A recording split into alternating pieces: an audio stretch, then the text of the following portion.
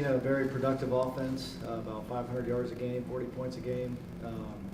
Really good quarterback, really good skill, a lot of speed, a good offensive line with a couple of really talented NFL prospects. So great challenge, really good scheme. I think they play to the quarterback's strengths and kind of what he does well.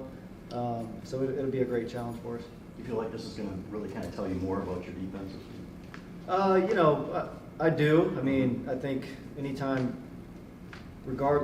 just conference game first and foremost, definitely have some better players probably than what we've seen so far. I'm excited to see how we play against this team. Yeah. Isaiah, what are your thoughts on how the pass rush has performed so far? And is there any concern given that you had so much production in terms of sacks in the first game and not so much in the last two?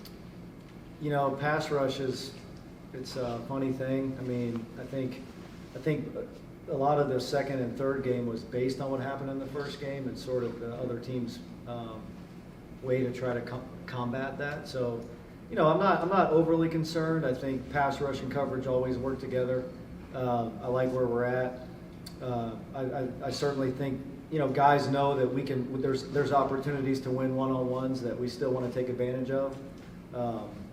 So I'm excited to see how we go. And you know, when I look at the first couple games, first game lots of pressure.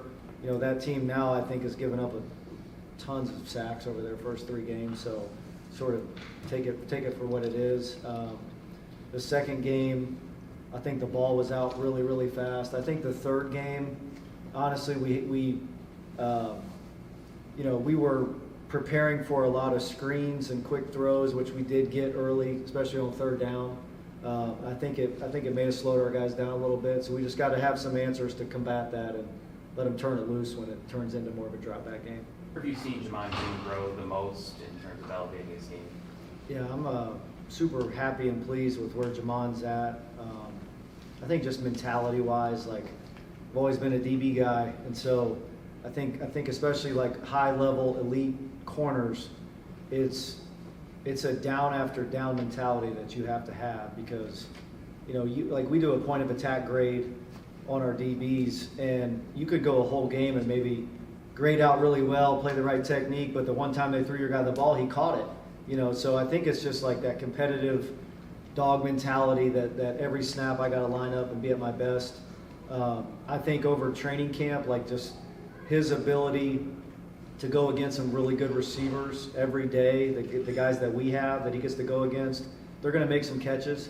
You know, it's just understanding the next play is the most important play, and very happy with how he's played and performed, and excited to see him. You know, he'll get more of a challenge this week too, and excited to see how he does.